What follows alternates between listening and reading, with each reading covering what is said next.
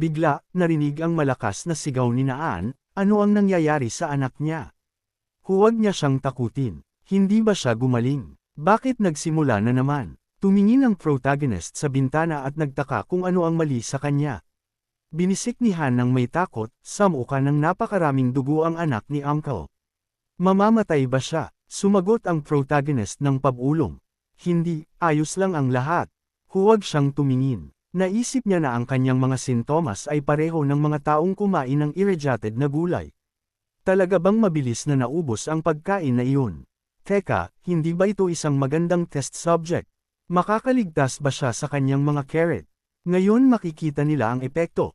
Si Nan na may luha sa kanyang mga mata ay inilagay ang kanyang anak sa kama at sumigaw na ang mga quack doctors na ito ay nagsasabi na walang mga kama sa ospital at sinasabi rin nila na hindi ito gumagaling kahit na may mga kama. Ano ang dapat niyang gawin noon? Bigla, itinapon ng protagonist ang isang pakete ng pagkain sa bintana at binasag ito. Galit na sumigaw si Uncle, anong klaseng idiot ang nagtapon nito? Hayaan siyang pumunta dito. Tinawag siya ni Tyen, itinuro ang pakete at sinabihan siyang tingnan sa loob. Tuwang-tuwang sumang-ayon si Nan at nakakita ng maraming gulay ay sumigaw na ito ay sariwang pagkain. Napansin niya ang isa pang maliit na pakete at nagtaka, papel ba yan?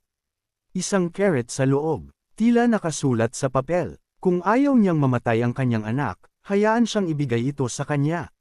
Sumigaw si Uncle ng naguguluhan. May sakit ba siya o ano?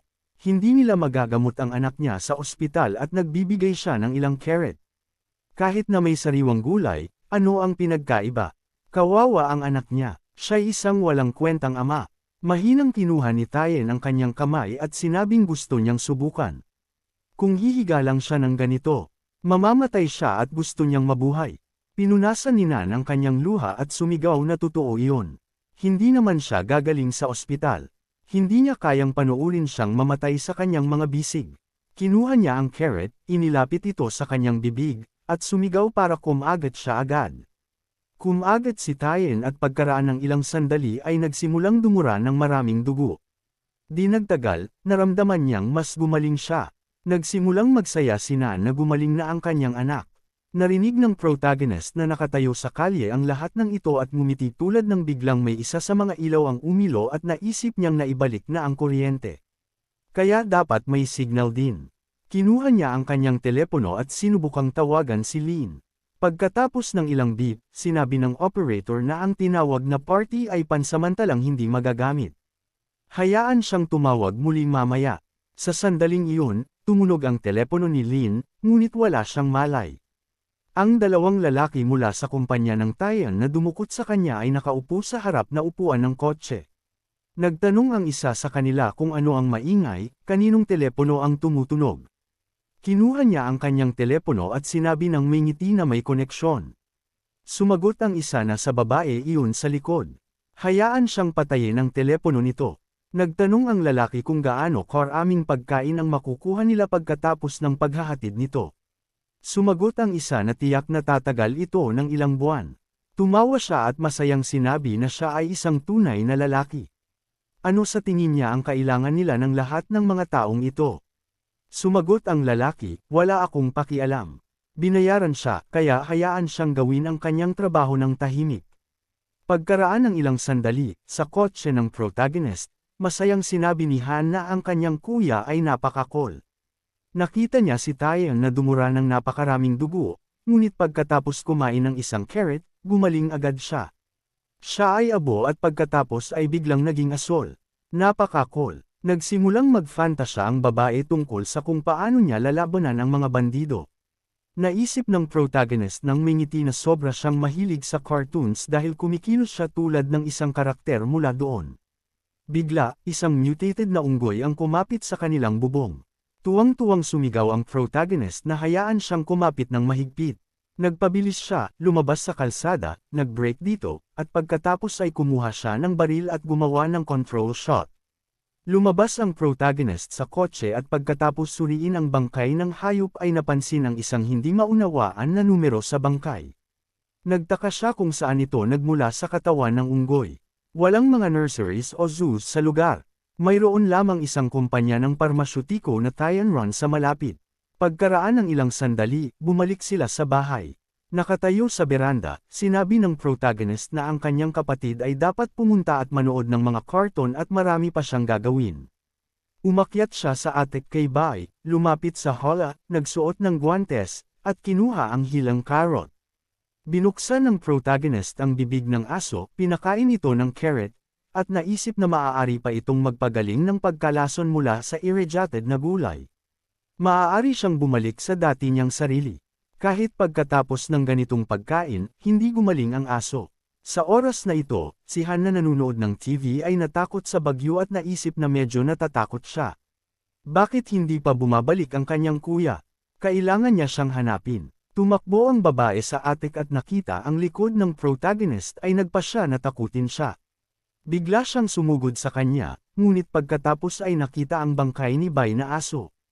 Kumapit siya sa kanyang kuya nang may takot at nagtanong ng may luha, wala ba silang hilang carrot? Mabilis, hayaan siyang ibigay ito.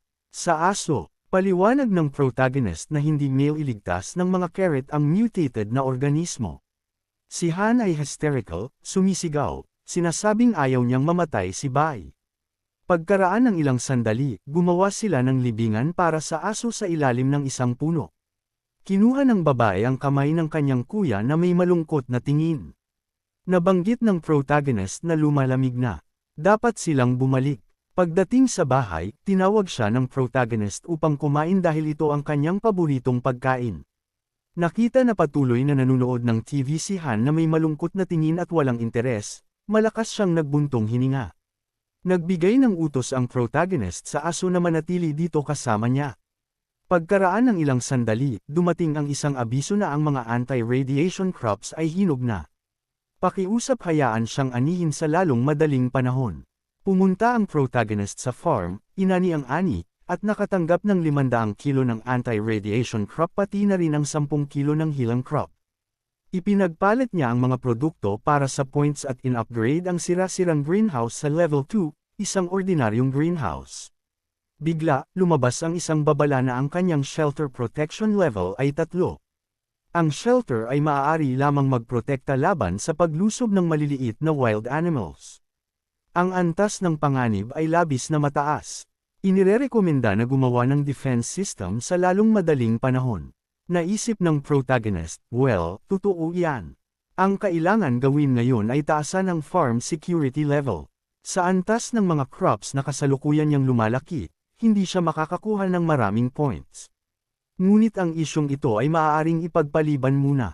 Pinabuti niya ang fence reinforcement sa level 2 para sa 1,000 points, gumawa ng live wire para sa 500 points, at nakakuha ng mobile radar.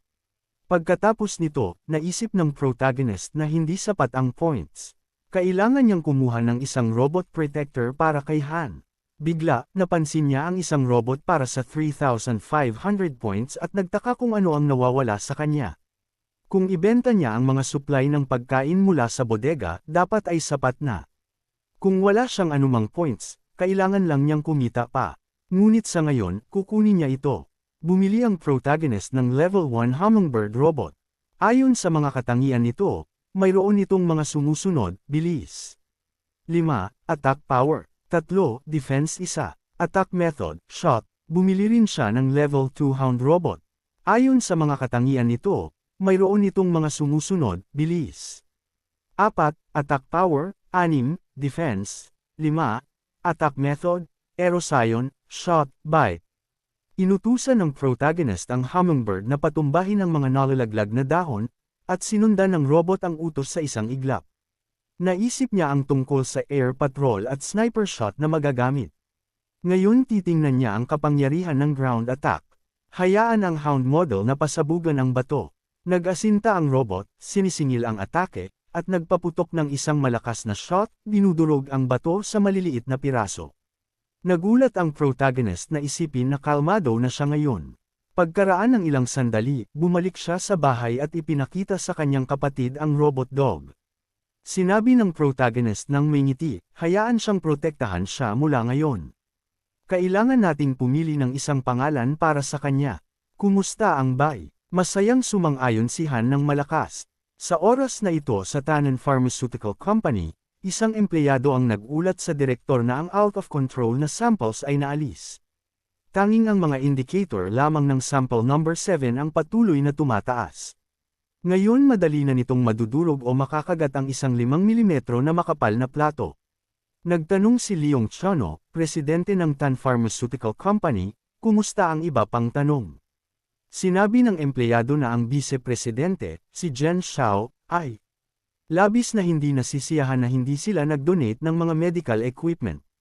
Kung nalaman niya at iniulat ito sa head office, magkakaroon sila ng mga problema. Umupo ang presidente ng kumpanya sa kanyang mesa at nagpaliwanag ng may ngiti na isa lamang siyang hanggal na babae na may kaunting koneksyon. Bukod, ang lahat ay pinananatiling lihim. Kahit na gusto niyang suriin, kailangan niyang malaman kung saan magsisimula. Okay, hayaan si Chen Nan na bantayan siya. Hayaan silang huwag siyang hayaang sirain ang kanyang mga plano. Ngayon maaari na siyang umalis. Pagkatapos umalis ng empleyado, sinabi ni Tano ng may tuso ng ngiti na maaari siyang magkaroon ng malaking kapalaran na naghihintay sa kanya. Sa oras na ito, si Xiao, na nasa gusali ng pharmaceutical company, ay kinakabahang nagtanong, nasaan ang presidente ng kumpanya? Tuwang-tuwang hinabol siya ng sekretarya at sinubukang ipaliwanag na wala siya doon ngayon. Inilalagay niya sila sa isang mahirap na posisyon. Sinasadya niyang pumasok sa opisina ng presidente at sumigaw, ano ang iniisip niya? Ang medical system ng buong timog na lungsod ay paralisado. Bilang isang kinatawan ng medical field, kailangan niyang gawin ang lahat ng kanyang makakaya upang makipagtulungan sa mga ospital at mag-donate ng equipment at gamot sa kanila at hindi makisali sa ilang uri ng mga eksperimento ng hayop. Kalmadong itinuro ni Tano na ito ang opisina ng presidente ng kumpanya. Hindi ito masyadong naaangkop para sa kanya na pumasok dito ng ganoon, hindi ba sa tingin mo? Bukod, siya ay isang negosyante. Ang layunin ng isang negosyante ay makinabang mula sa anumang sitwasyon. Hindi niya iniisip na ang modernong gamot ay makakagawa ng anuman sa ilalim ng kasalukuyang kalagayan.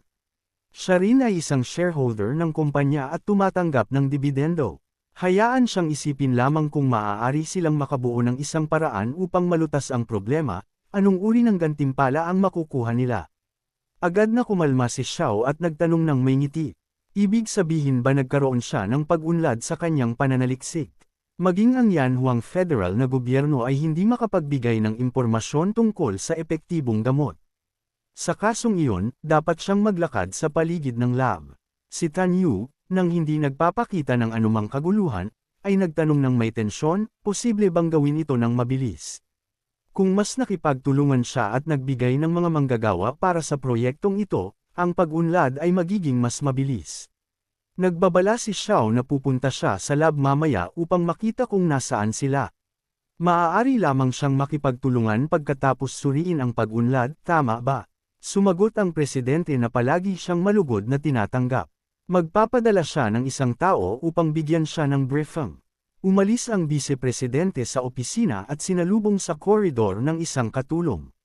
Sinabi niya na ang technical team ay nagulat na siya ay nasa opisina sa loob ng napakaikling panahon, hindi sapat na oras upang magsagawa ng isang buong scan, ngunit ang entrance sa lihim na lab ay malamang nawala sa opisina. Tumawa si Xiao at sinabi na ang presidente ay isang matandang fox. Kinuha ba nila ang mga nahuling eksperimento? Nagulat siya na hindi, nakapiring sila tuwing papasok, ngunit binigyan sila ng isang pass. Kinuha ng lalaki ang isang plastic pass at ibinigay ito sa kanya. Kinuha ng vice-presidente ang item at nagtaka kung hindi dito, saan pa siya maaaring naruroon.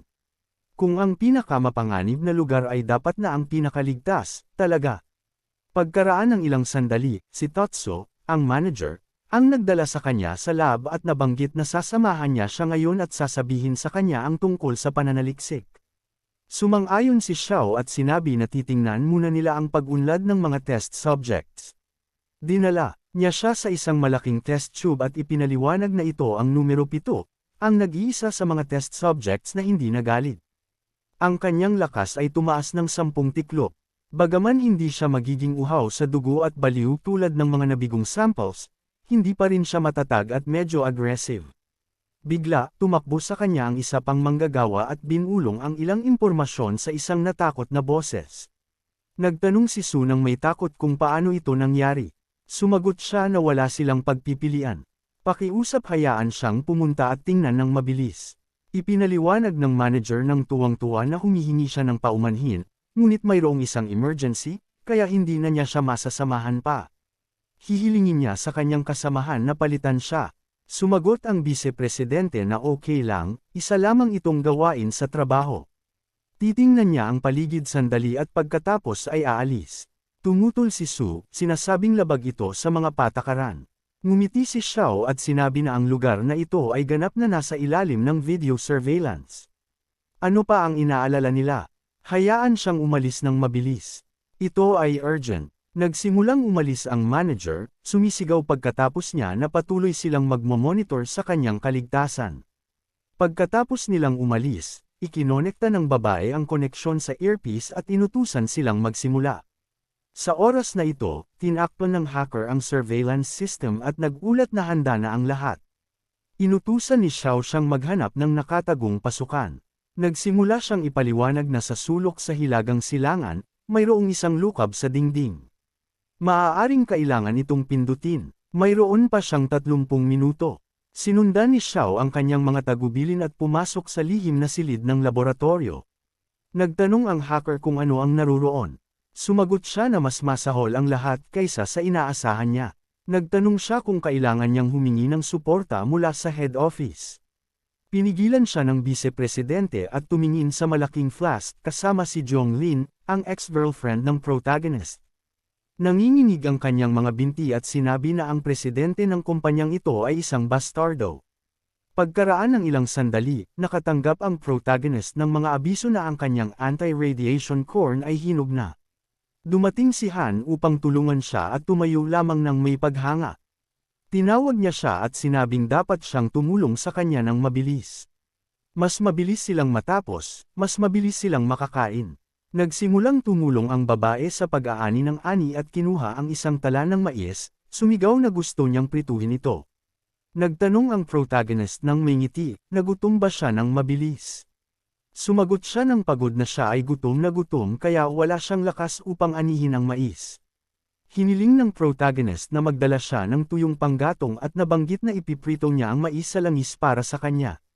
Pagkaraan ng ilang sandali, nagsimula silang magluto ng magkasama at nagtanong si Han kung ano ang gagawin kung patuloy siyang kumakain ng labis at naging isang matabang baboy. Naisip ng protagonist ang tungkol dito tulad ng talaga. Kumakain siya ng mas marami kaysa sa kanya kamakailan. Sumagot siya na ang mga ito ay espesyal na halaman na nagpapabuti sa kanilang pisikal na fitness.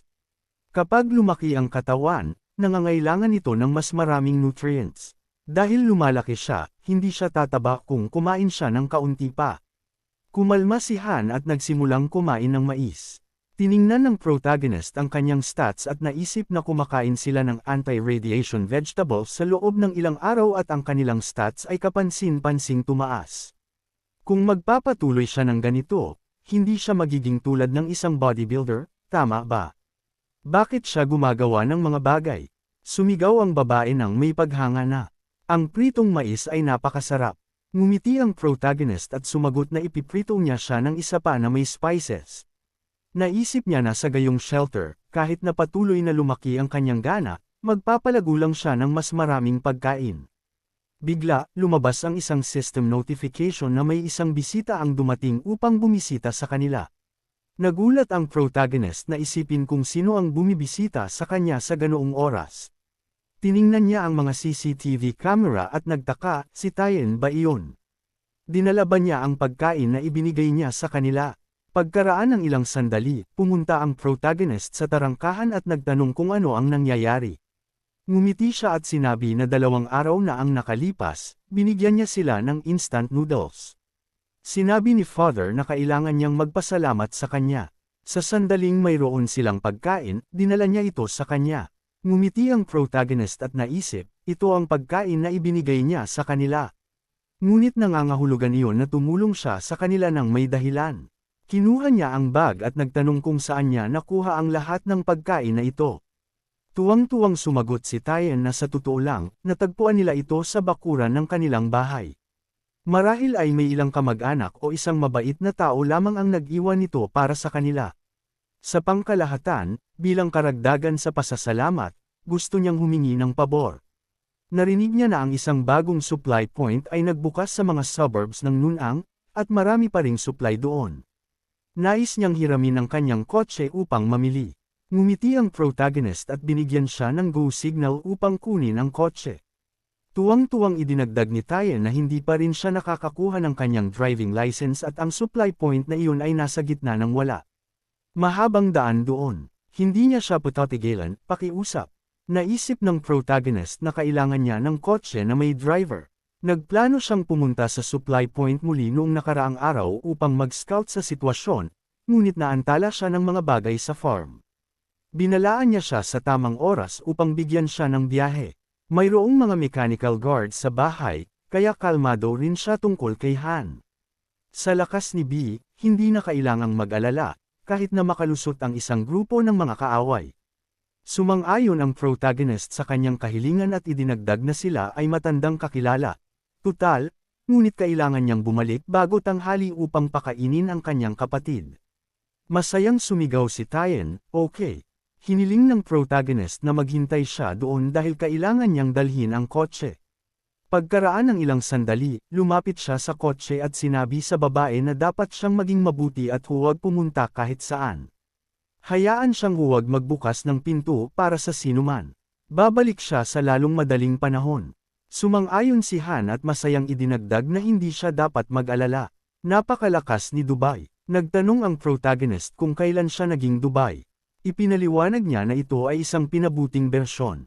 Sinubukan na niya ito. Hinihati nito ang isang malaking bato tulad ng isang mani. Sumagot ang protagonist na dapat niyang tawagan ang robot kung kailangan niya lang talaga ito, kung hindi man maaari itong maging mapanganib. Malungkot na sinabi ng babae na hindi ka maaaring magpasabog lang ng mga bato. Ngumiti ang protagonist at hinaplos ang kanyang ulo at sinabi na magdadala siya at si Tyen ng isang masarap na bagay para sa kanya. Nagtanong si Han kung nandoon din siya.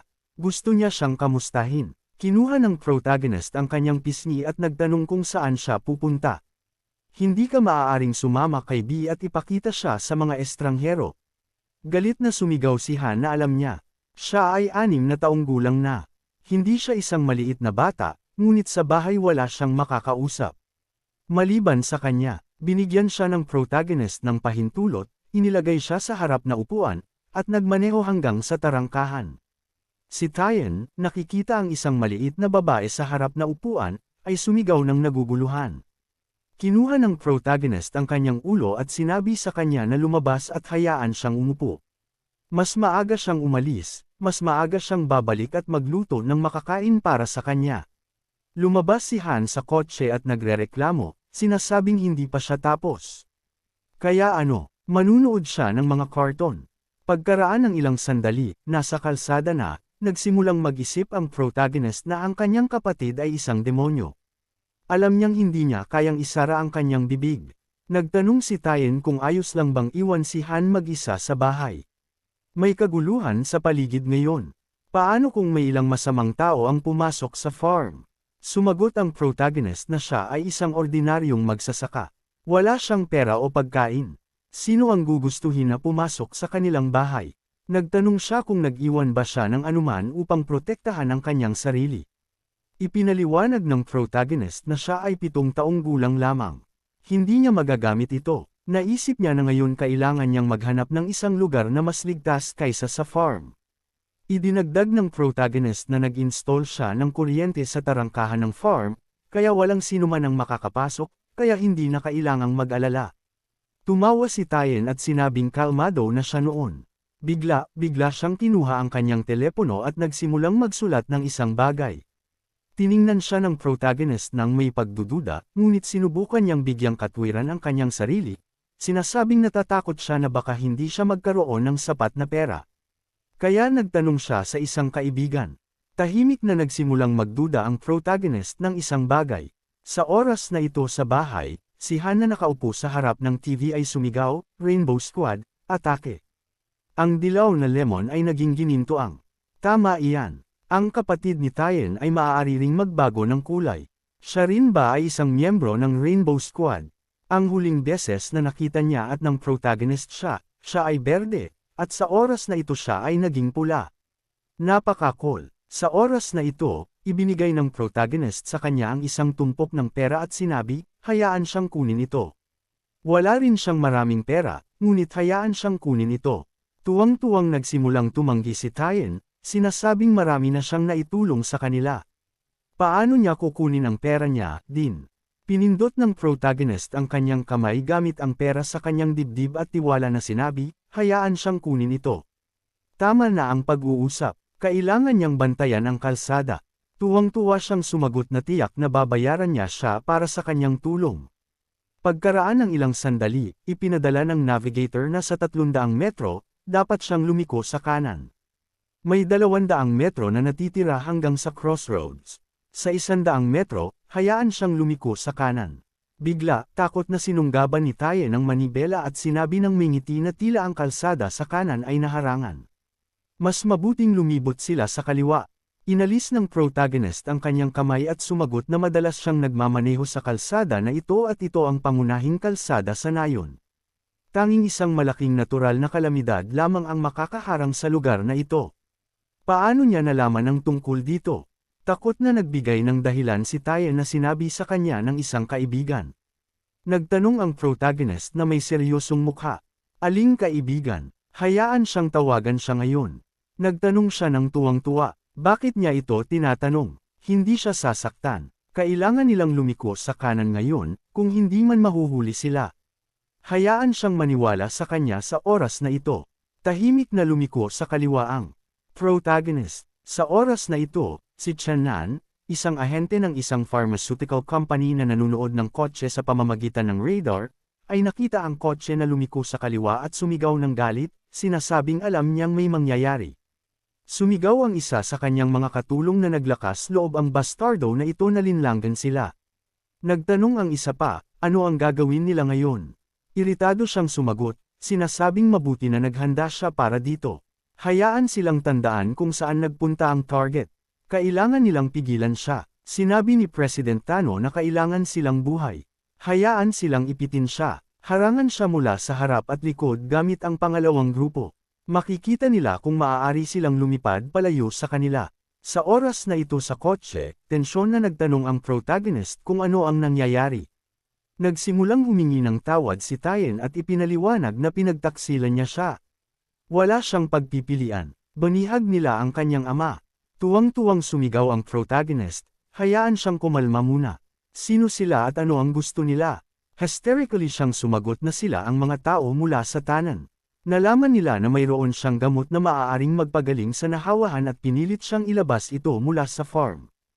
Habang wala siya, kukunin nila si Han upang i-blackmail siya.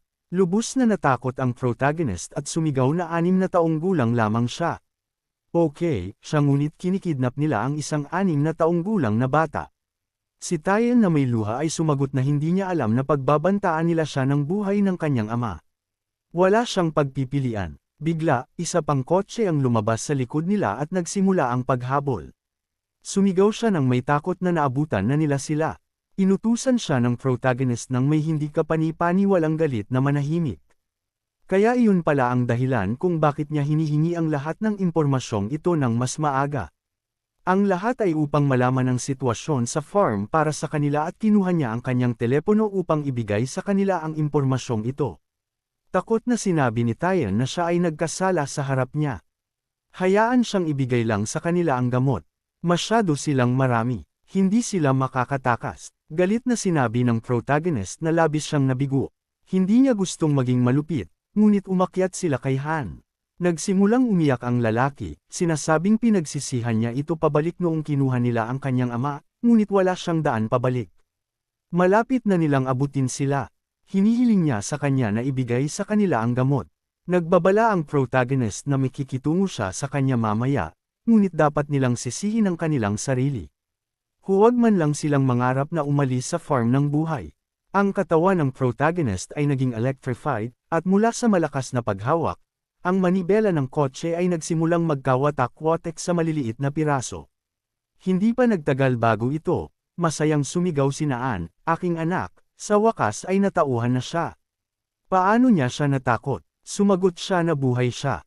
At umupo siya sa tabi ng kanyang anak sa sofa at inilagay ang kanyang kamay sa kanyang balikat. Sinabi, "Bobo na bata, bakit ka kumain ng God knows what?" Sumagot siya na gutom siya kaya hindi na niya kinaya pa. Sa basement, nakahanap siya ng isang mansanas. Hindi ito mukhang nahawahan. Sinabi ng kanyang ama kung gaano siya kapabayaan. Paano makakain ng isa ang pagkain mula sa basement? Ito ay nakahiga sa lupa.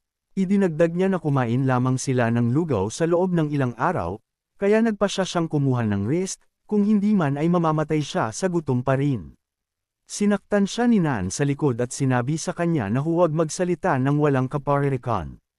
Humiram siya ng pagkain. Bilang karagdagan, binigyan sila ng iba pang pagkain, kasama na ang isang magic medicine, na nagligtas sa kanya. Dapat ay isang banal na pagpapala. Sobra siyang nagdusa na nagpasya ang mga Diyos na iligtas siya. Napakaraming bangkay sa kalye mula sa pagkain ng contaminated na gulay at nakaligtas siya. Pagkatapos, dapat silang pumunta at sumamba sa kanilang mga ninuno. Dapat silang magpasalamat sa kanila ng maayos. Ibinaba ni Tayen ang kanyang tingin at naisip kung may Diyos sa mundo, hindi niya papayagan na mangyari ang gayong sakuna. Pagkatapos ay tumingin siya sa bag ng pagkain malapit sa pinto at naisip na ito ay iniwan ng ilang tao na ayaw magbunyag ng kanyang pagkakakilanlan. Pagkatapos, nagtanong ang kanyang ama, hindi ba siya gutom? Naisip niya na ang taong ito ay maaaring magbahagi ng napakaraming pagkain. Idinagdag ni Naan, mayroon silang pagkain ngayon. Pupunta siya at magluluto ng makakain para sa kanya. Tiningnan ni Tayen sa loob ng bag at naisip na ang kanilang pamilya ay tiyak na magugutom at maaari lamang magbigay ng kanilang sarili ng mga pangunahing bagay upang mabuhay. Sinabi ng kanyang ama na kailangan niyang kumain ng maayos upang gumaling. Tumawa siya sa kanyang isip at naisip kung gaano kawalang katarungan. Pagkatapos nito, tumayo siya mula sa kanyang upuan at naisip, tama. Naglakad siya palabas ng pinto at tuwang-tuwang nagtanong ang kanyang ama kung saan siya pupunta. Sumagot siya na babalik siya sa lalong madaling panahon at sumigaw siya, hindi pa siya gumagaling. Kailangan niyang magpahinga. Sinabi niya sa kanya na umalis at malungkot na nagbuntong hininga si Nan at sinabi, anong bata? Binuksan ni Miao ang pinto na may hawak na sigarilyo sa kanyang ngipin at sumigaw, halika, itigil ang pagkatok. Ano ang ginawa niya rito? Si Tayen na humihinga ng mabigat ay tumingin sa kanya at sinabi, Kuya Miao. Nagulat siya. Ano ang nangyari sa kanya? Ang kanyang mga damit ay balot ng dugo at sumigaw siya na hindi ganoon. Ninanakaw ang kanyang bahay. Nais niyang tingnan ang kanyang surveillance footage. Nagulat siya, ano at itinuro niya ang camera na nakakabit sa mga antena sa itaas at sinabi, doon. Hindi ba iyan ay isang 360 degrees camera? Kinumpirma niya ito at humingi siya upang makita ito. Siya ang nanakit sa kanya ng ganoon. Dapat siyang maunawaan niya, pakiusap. Sinabi sa kanya ni Miao na magmadali sa kasong iyon. Malapit na siyang matulog.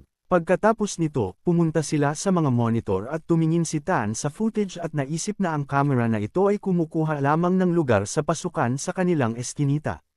Pagkatapos ay napansin niya ang isang kotse. Pagkaraan ng ilang sandali, umuwi siya at nagtanong si Naan sa kanya kung saan siya pumunta.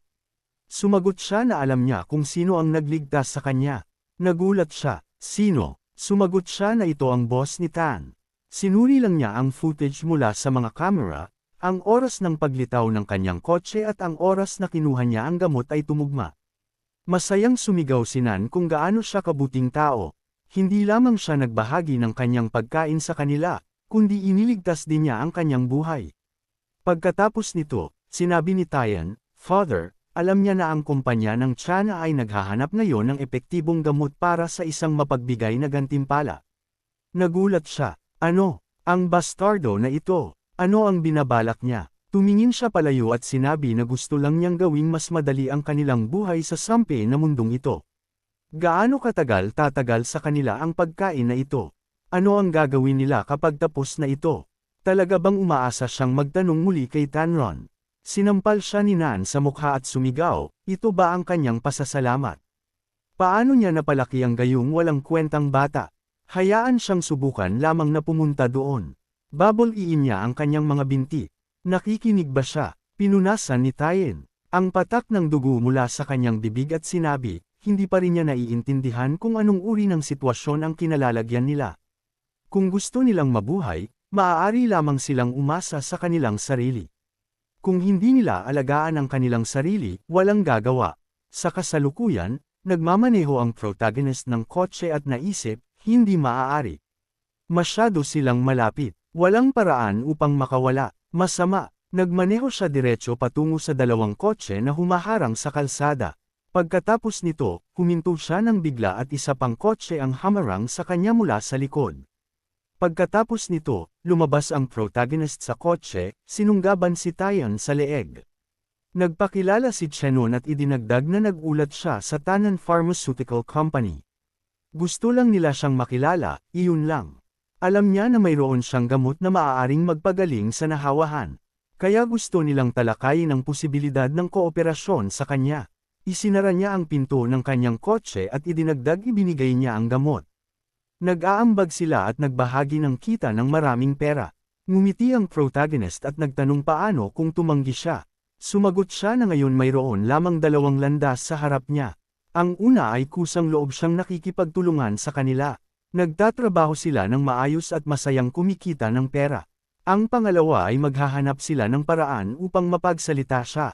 Sa mga salitang ito, kinuha ng kanyang mga subordinate ang kanilang mga kutsilyo. At ang protagonist na nakatingin sa kanya ay nagsabi na siya mismo ang nakahanap ng gamot na iyon nang hindi sinasadya. Iisa lang iyon. Nagamit na niya ito sa taong ito. Naisip niya, hindi na nila kailangan si Tyen. Kung mayroon silang baril, tatapusin na lang nila siya. Pagkatapos ay humingi siya ng tawad sa pag-aksaya ng napakaraming oras. Kinuha ni Chenon ang telepono at sinabi na tila may hindi siya naintindihan. Tumawag siya sa telepono at nagtanong kung nasa pasukan na sila sa farm. Dapat silang pumasok, kunin ang babae na iyon, at pakainin siya ng contaminated fruit. Sa tingin niya na dahil nag-install siya ng kuryente, protektado na ang farm ngayon. Nagpadala sila ng mga tunay na eksperto doon. Dapat siyang mag-isip ng mabuti bago sumalungat sa kumpanya ng Tanron, dapat lang siyang makinig sa kanya at makipagtulungan. Bago siya matapos magsalita, nakaramdam siya ng banta mula sa protagonist. Sinabi niya na kinamumuhian niya ang pagbabanta ng labis. Nagtaka si Chenon kung paano ang gayong magsasaka ay maaaring magkaroon ng gayong nakakatakot na tingin. Sinabi ng protagonist na dapat siyang matuwa na hindi siya nagpunta sa farm mismo. Maaari siyang mabuhay ng kaunti pa dito. Ngumiti siya ng awkward, sinabi sa kanya na itigil ang bluffing at naisip na napakarami niyang tao. Anong galing na tao ang takutin? Sinabi niya na kung makikipagtulungan siya sa kanila, siya at ang babae ay makakaligtas. Ayaw niya, tama ba? Kinuha niya ang kanyang kutsilyo at inutusan siyang kunin ito. Maaari nilang gawin ang anumang gusto nila sa kanya hanggat maaari siyang magsalita. Samantala, si Han, kinakabahan na nakakapit ang kanyang mga kamao, ay nanood ng nangyayari mula sa system window at sumigaw kung gaano ito kaingay.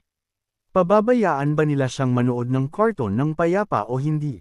Anong mga idiot, gusto niyang panasan ang kanilang ulo. Nagpatuloy ang mga umaatake sa pagwasak sa dingding gamit ang excavator. Sa sandaling ito, sinalakay ng protagonist ang kaaway, sinipa siya sa tiyan, at itinapon siya pabalik. Si Chenon, naguguluhan, ay lumingon at naisip, ano ba? Nalaman nila na ang mga sandata ay nasa farm lamang, kaya nilinlang nila siya palabas doon. Ang isa sa kanyang mga subordinate ay tumitingin mula sa isang burol na may binocular sa sandaling iyon at sinabi na may mali sa farm. Pinapasabog ni Han ang mga bato sa sandaling iyon, at idinagdag niya na pinasabog ang bato. Masyadong malaki ang distansya, ngunit mukha itong isang pampasabog na sandata. Kailangan lang nilang linlangan siya palabas doon at kunin siya. Naisip niya na hindi niya sinabi na ang magsasaka na ito ay napakalakas. Nagpatuloy ang protagonist sa pagsuntok sa kaliwa at kanan sa sandaling ito. Hindi niya inaasahan na ang body strengthening effect ng anti-radiation plants ay magiging napakakakilakilabot. Ilang araw na niyang kinakain ito at bahagyang tumaas ang kanyang mga stats. Hindi lamang lumakas ang kanyang puwersa at bilis, naging mas matibay ang kanyang kalansay at tumaas ng malaki ang bilis ng kanyang reaksyon. Noong sinaunang panahon, maaari mong tahakin ang landas ng espada, ang landas ng kamao, ngunit tinaluntan niya ang landas ng pagkain.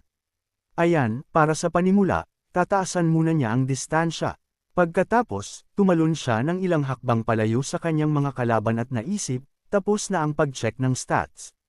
Tama na ang laro. Kumuha siya ng pistol mula sa kanyang panloob na bulsa at itinutok ito sa kanyang mga kalaban. Si Chenon, naguguluhan, ay naisip na minaliit nila siya. Inasahan nila ang hunting rifle sa pinakamahusay, ngunit nakakuha ang taong ito ng pistol. Pagkatapos ay ngumiti siya at sinabi, "Bata, mas mabuti na huwag niyang galitin ang mga nakatayo sa itaas niya." Naisip niya na kung makakalapit siya, walang silbi ang pistol. Pagkatapos ay idinagdag niya, kung hinawakan niya siya, baka hindi niya mahawakan ang mga kahihinatnan. Sumagot ang protagonist, "Oo, magiging kapaki-pakinabang pa rin ito, ngunit ang iba ay maaaring itapon." Sa mga salitang ito, babarilan niya ang natitirang mga kalaban na nagtatangkang tumakas. Ang isa sa mga bala ay dumampi sa tainga ni Chenan, at naisip niya na kailangan niyang magtago sa gubat hanggang sa maubos niya ang lahat ng bala. Pagkatapos nito, mabilis siyang tumakbo pasulong at nagtago sa likod ng isang bato, iniisip na naging tahimik na. Naubusan siya ng bala. Magaling. Hindi siya handa para sa patuloy na panghihimasok sa gubat. May pag-asa pa rin siya. Sa sandaling ito, ang protagonist ay nakatayo na sa bato at nakatingin sa system window. Binuksan niya ang kanyang backpack at kumuha ng baril mula sa kanyang inventory. Si Chenon, nakarinig ng kakaibang tunog, lumingon at naguguluhan, sumigaw, at saan niya nakuha ang isa pa. Inasinta siya ng protagonist at pagkatapos ay tinamaan siya. Samantala, mahusay ang depensa ng farm. Iniulat ng sistema, ayon sa utos ng junior mistress, ang huling nang hihimasok ay naalis. Ano pa ang ibang tagubilin ng junior mistress? Tumingin siya sa system window at naisip kung nakita ng kanyang kuya ang lahat ng ito pagbalik niya, hindi niya iisipin na siya ay isang malupit na bata. Hindi niya siya titigilan sa pagmamahal, di ba? Umiling siya at naisip, hindi niya maaaring hayaang makita ito ng kanyang kuya. Kailangan niyang linisin ang pasukan. Isang hummingbird ang lumipad sa mga bangkay.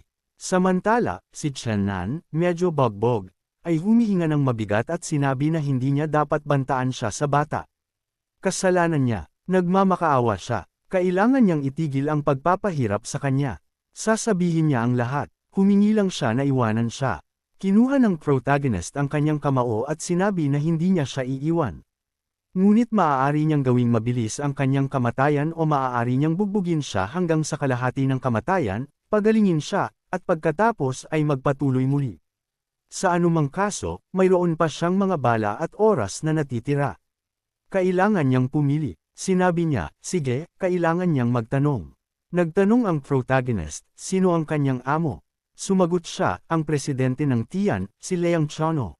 Pinunasan ng protagonist ang dugo mula sa kanyang mukha at sinabi, kaya siya ang idiot na nagpapalaki ng presyo ng mga gamot. Hindi nakakagulat na gumagamit siya ng gayong mga pamamaraan. Mayroon bang iba pang kasangkot bukod kay Tano? Sumagot siya na ang proyektong ito ay ganap na nasa ilalim ng kontrol ng presidente. Itinatago niya ang lahat ng impormasyon na isang lihim. Walang sinuman maliban sa kanya at Nan ang nakakaalam, kahit na ang iba pang mataas na ranggo na opisyal sa kumpanya. Kamakailan ay nagkaroon siya ng hindi pagkakasundo sa vice-presidente at nagplano siyang gamitin ang proyektong ito upang taasan ang kanyang awtoridad. Gusto niyang ipakita ang kanyang halaga sa head office at pagkatapos ay ipitin ang vice-presidente mula sa sangay na hindi nagbabago. Naisip ng protagonist nang may pagtataka. Ang head office, ang Tianron sa Nanchon ay isang monopolyo sa industriya, ngunit sila ay isang subsidiary lamang. Pagkatapos ay sinampal niya ulit siya sa mukha at sinabi sa kanya na mag-isip ng mabuti. Iniulat ba ni Tano ang proyektong ito sa head office? Sumagot siya na hindi ganoon. Tila may suporta ang vice-presidente mula sa head office. Hindi siya naglakas loob na sabihin sa kanila ang tungkol sa proyekto. Kung tumagas ang impormasyon, sisirain ng vice-presidente ang lahat ng kanyang plano, sinabi ng protagonist. At isang huling bagay, naisip niya na dahil hindi pa naibunyag ang impormasyon, hindi magiging mahirap na lutesin ang problema. Sinabi niya sa kanya na dalhin siya kay Tano. Pagkaraan ng ilang sandali, sinagot ng presidente ng pharmaceutical company ang telepono at nagtanong, natapos ba niya ang gawain? Kinumpirma ni Chan ito. Ang target ay nahuli na, ngunit sinabi niya na makikipagtulungan lamang siya pagkatapos makilala siya at ang matanda. Nag-click siya ng kanyang dila sa pagkagalit at sinabi, anong walang silbi na piraso ng basura. Kahit na ang gayong simpleng gawain ay hindi niya mahawakan, kailangan niyang gawin ang lahat ng kanyang sarili. Bilang tugon, humingi siya ng tawad at idinagdag na sobra siyang matigas ang ulo. Nawalan sila ng ilang tao noon. Pagkatapos ay sinabi ng amo, okay, dapat niya siyang dalhin sa warehouse 78. Darating ako sa lalong madaling panahon. Titingnan nila kung ano, ngunit bago siya matapos magsalita, narinig niya ang mga beep sa telepono. Ibinato niya ang telepono sa mesa at sumigaw, "Sampin," at naglakas loob pa siyang ibaba ang telepono. Sa sandaling makarating siya sa head office, papalitan ko siya agad, Ijo. Pagkaraan ng ilang sandali, nagmaneho sila sa tamang lugar. Si Tyen, na nagbago sa isang security suit, ay nagpasalamat sa protagonist at sinabi niya na dinadala lang niya si Uncle Nan sa daan. Hindi siya dapat mamuri sa sarili. Humingi ulit siya ng tawad at pagkatapos ay nagpatuloy sila sa kanilang paglalakbay. Pagkaraan ng ilang sandali, hinawakan ni Tano ang buhok ni Naan at nagtanong ng may pagtataka, dumating na ba siya? Bakit siya nag-iisa? Nasaan si Chenan at ang informant na iyon? Si Tian na nangunguna sa sugatan at nagbalat kayo na Chenan ay nagsabi na nawalan ng malay ang informant. Iniwan nila siya sa kotse. Masakit ang tiyan ng kapatid ni Chenan. Pumunta siya upang kumuha ng isang malaki kaya upang hindi siya hintayin ipinadala niya siya. Bilang tugon, sinabi niya, anong tamad na tao.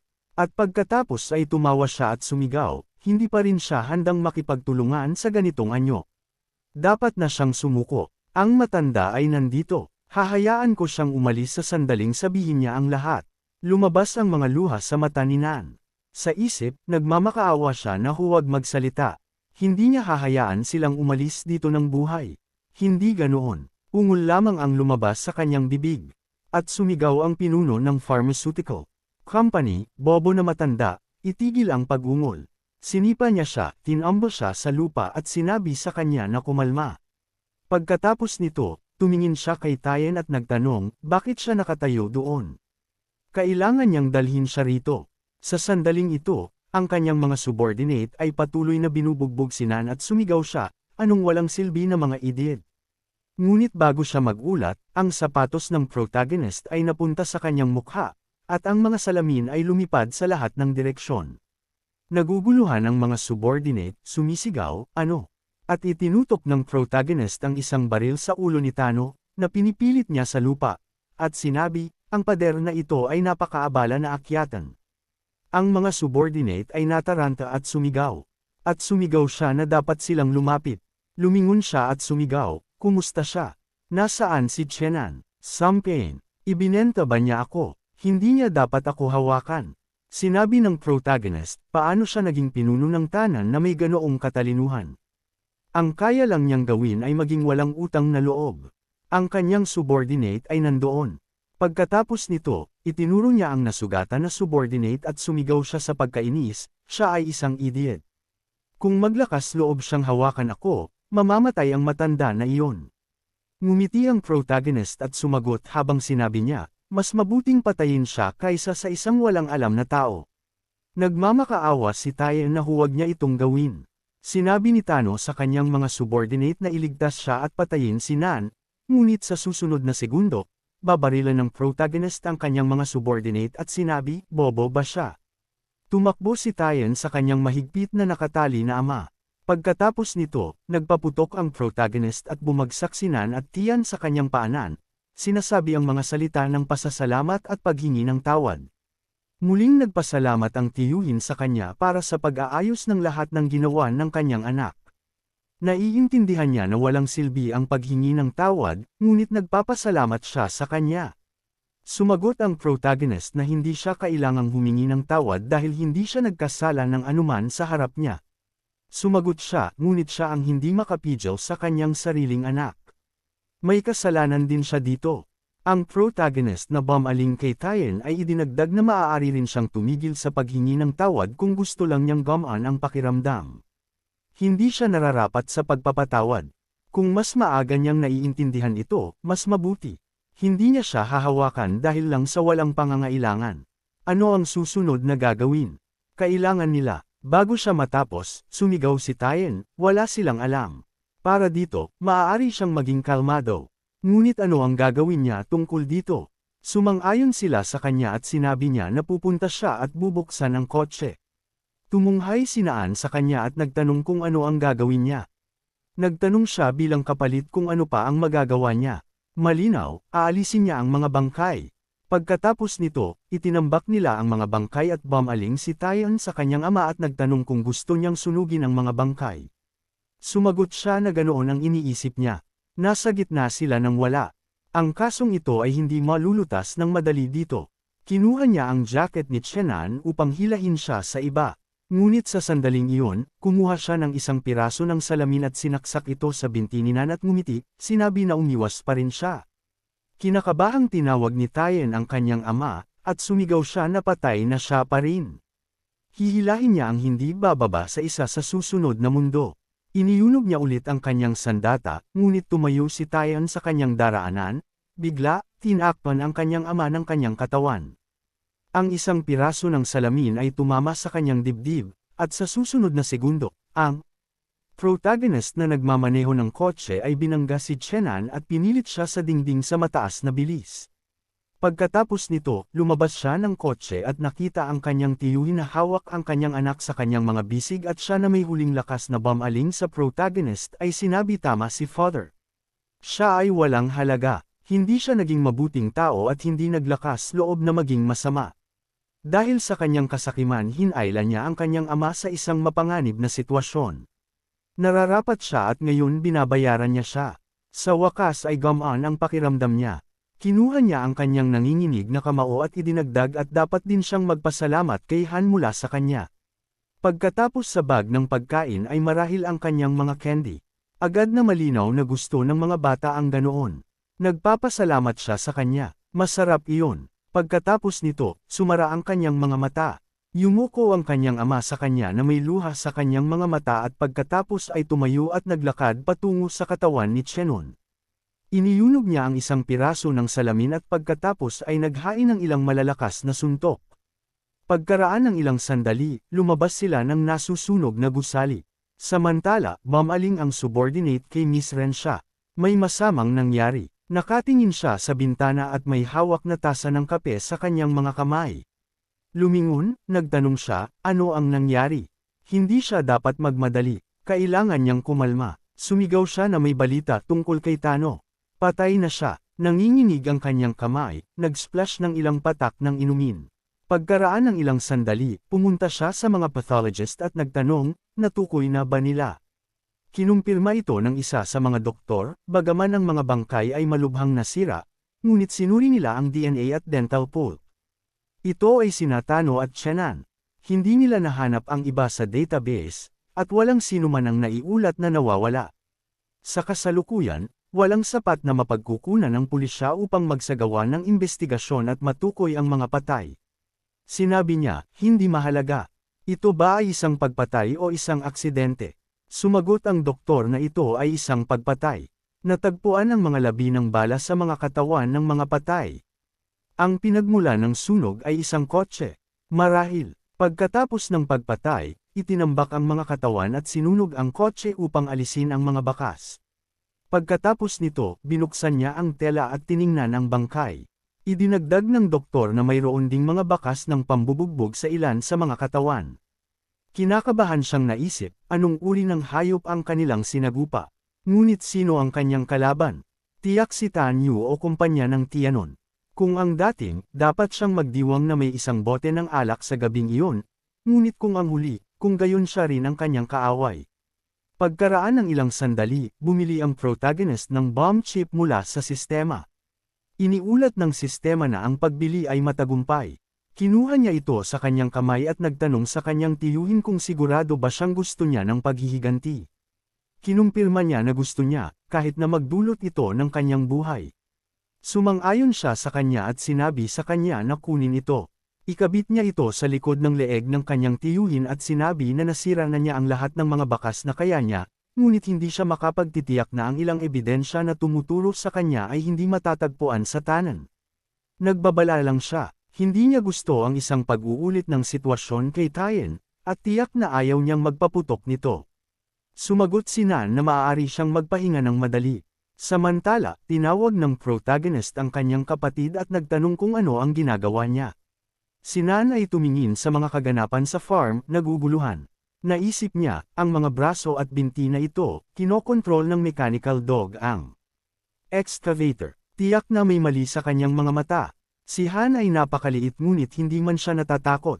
Lumingon siya, winuwagayway ang kanyang mga kamay at sinabi, "Kuya, bumalik na siya at wala siyang ginagawa. Naglalaro lang siya sa sandbox." Oo, sa sandbox. Umupo si Xiaoy sa tabi niya at sinabi ng protagonist na nakita na niya ang lahat. Bakit siya patuloy na nanlilinlang? Kinakabahang inikat niya ang kanyang mga daliri at sumagot na natatakot lang siya na kinamumuhian ng kanyang kuya ang mga malupit na bata. Paano kung iwanan niya siya? Galit siya. Anong kalokohan? Paano niya siya iiwan? Sumagot siya, ngunit pumatay siya ng mga tao. Naisip ni Naan ng may pagtataka, ano? At sinabi niya na hindi mahalaga kung ano ang ginagawa niya. Nandoon siya at tutulungan siyang pasanin ang responsibilidad para dito. Palagi siyang naging at mananatiling kanyang pinakamahalaga at pinakamalapit na tao. Umupo siya sa tabi niya at inilagay ang kanyang mga kamay sa kanyang mukha. Idinagdag niya na siya ay talagang napakasaya na makita na kaya niyang ipagtanggol ang kanyang sarili. Kailangan lang niyang maging siya at iyon lang. Gagabayan niya siya kaya hindi niya kailangang mag-alala tungkol dito. Ang mga masasamang tao na iyon ay hindi umatake sa kanya nang may mabuting hangarin at gumawa siya ng isang mahusay na trabaho.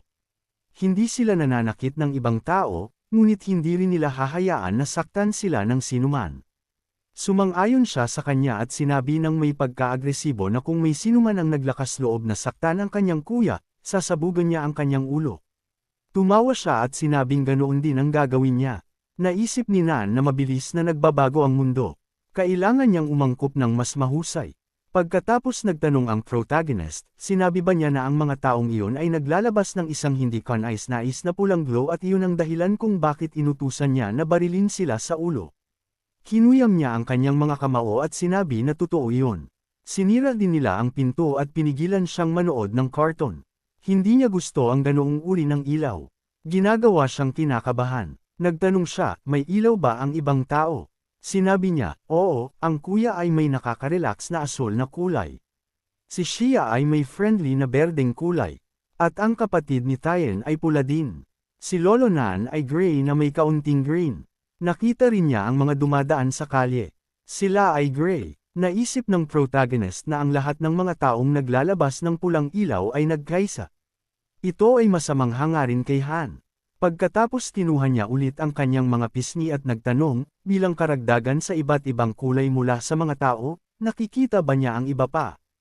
Halimbawa, mga titik o numero. Naisip niya, naging manlalaro din ba siya? Maingat siyang sumagot na hindi ganoon. At nagtanong siya kailan siya nagsimulang makita ang mga kulay na ito. Sumagot siya mga 1 linggo na ang nakalipas. Naisip niya na ang kanyang mga kakayahan ay nagpakita ng kanilang sarili pagkatapos ng simula ng panahon ng pagkasira, ngunit hindi niya nakikita ang sistema.